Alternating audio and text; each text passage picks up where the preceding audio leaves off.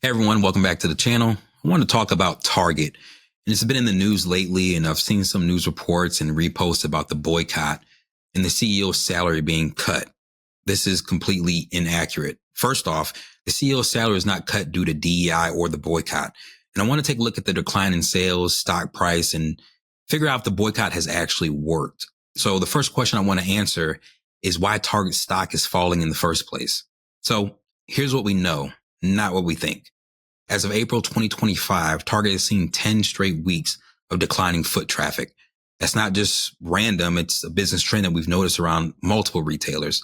Their stock dropped from around $160 to nearly $125 over a few months in Q4 of 2024. As of today, their stock is just trading under $94. When we dig into the Q4 earnings report, it's clear the company is under pressure, just like many other retailers. Now, when you listen to these earning calls, sometimes it can be smoke and mirrors. Target's leadership says economic factors are partly to blame. Things like cautious spending, inflation, and a lower demand for discretionary products like clothes and home goods.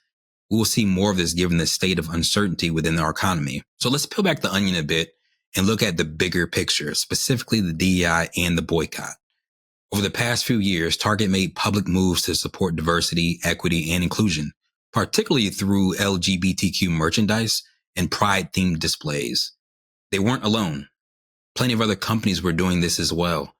But then came the backlash, mostly from conservative voices who launched online boycotts, calling Target woke and encouraging people to shop elsewhere. Target tried to respond by toning it down a bit, moving or removing some pride displays from high-traffic areas.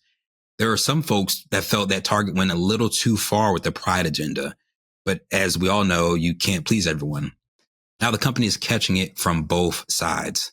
Progressive shoppers felt betrayed. Target has for months been the subject of backlash and public scrutiny over its DEI practices, damaging its reputation.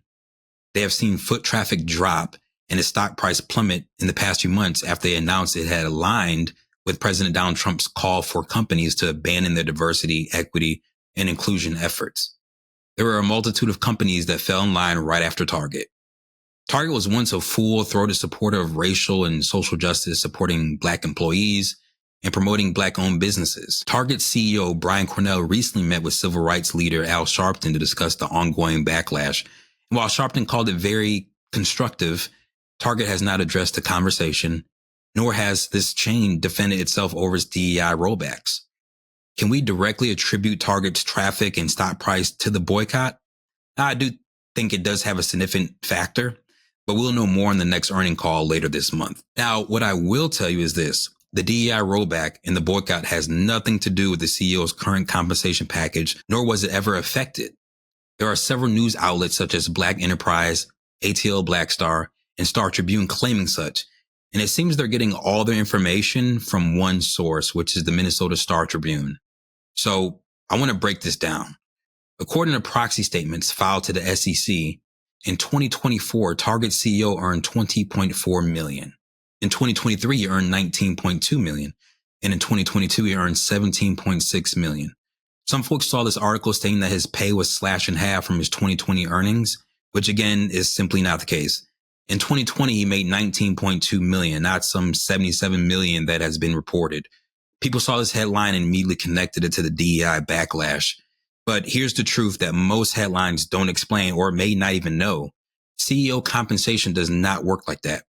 CEO pay isn't just handed out based on how the CEO feels about DEI or what went viral on Twitter. Here's how it really works. First, you have your base salary, usually around $1 million, capped for tax reasons. Target CEO is at $1.4 million. Then you have your bonuses based on the company's performance in the prior fiscal year. Then you have long-term stock awards or LTI. This is the big money and it's tied to stock performance and company health over several years. Now you have your other perks like retirement plans, benefits, and so forth. Now pay close attention here. CEO pay is reviewed annually by the board of directors and usually reflects the company's previous year's performance, not what's happening in the moment. So the $20.4 million reported, that was based on the target of 2023 results. It has nothing to do with what's happening now in 2025. Even if the board wanted to cut the CEO's pay right now because of a DEI backlash, They couldn't just snap their fingers and do it. These packages are carefully structured, legally reviewed, and often tied up in stock grants vest over time. So a DEI controversy, no matter how loud, how long it lasts, isn't going to slash the CEO's pay overnight. Now, could it affect future pay? Yes, it could. This could influence his 2025 or 2026 compensation if he remains the CEO of Target. If the company continues to lose value, sales drop, and public reputation suffers, then that will get factored in during future reviews. Boards are paying more attention now to public sentiment, and even if DEI metrics only make up 1 or 2% of total pay, that's still something. So while this boycott didn't impact his last paycheck, it could affect the future ones. So here's my final thoughts. Don't run with whatever headlines you see. Do some research yourself, or subscribe and follow this channel for up-to-date news and keep breakdowns. Now, if you got value from this breakdown, hit that like, subscribe, and feel free to leave a comment for feedback. Thanks, everyone.